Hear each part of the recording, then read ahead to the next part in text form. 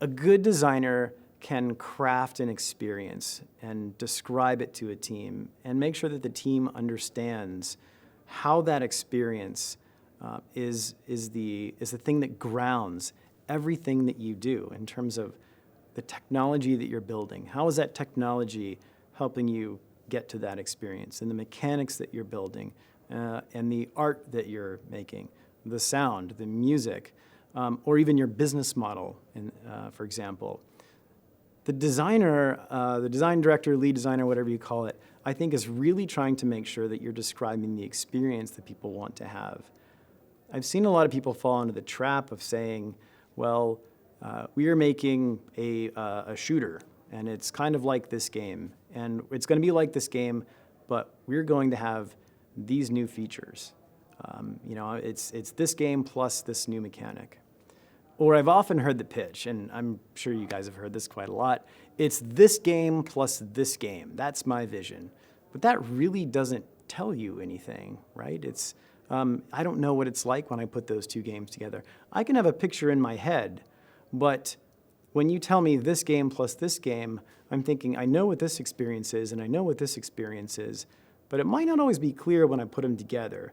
That a better pitch is to just say, what is the experience you think it will be, or what is the experience you're trying to create?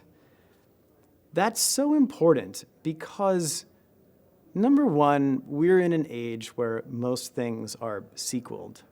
And there has to be consistency if you're trying to build a brand. That's what's going to make sequels really stick, right? You come to a brand or a franchise or a sequel for the kind of experience it delivers, right?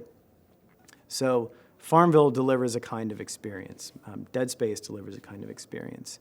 And it would be really easy to sort of dismiss what the experience is that people came to you for and say, well, we're going to make another shooter, and well, it's kind of like the last one, but again, we're going to add a bunch of new mechanics because those mechanics just sound really neat.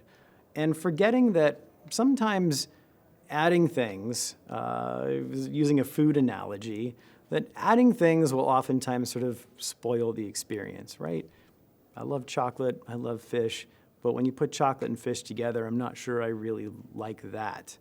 And it's amazing that a lot of designers don't think that way. It's just sort of this sort of grab bag mentality. So I think that the design director is the glue that says, this is the experience we're trying to create.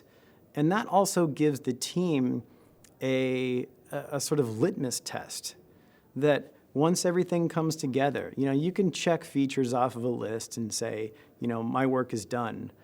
But if you say that you're trying to create an experience and somebody sits down when the day is done, they say, well, I checked in my code, I did the art. And if you play the game and you don't have that experience, then that's a great way for the team to actually know when the job is done, instead of just saying, well, there's one guy who, he'll just tell us when we're done, and I don't know what's in his head, but he's this kind of black box. And so it's important to not have it be a black box for people.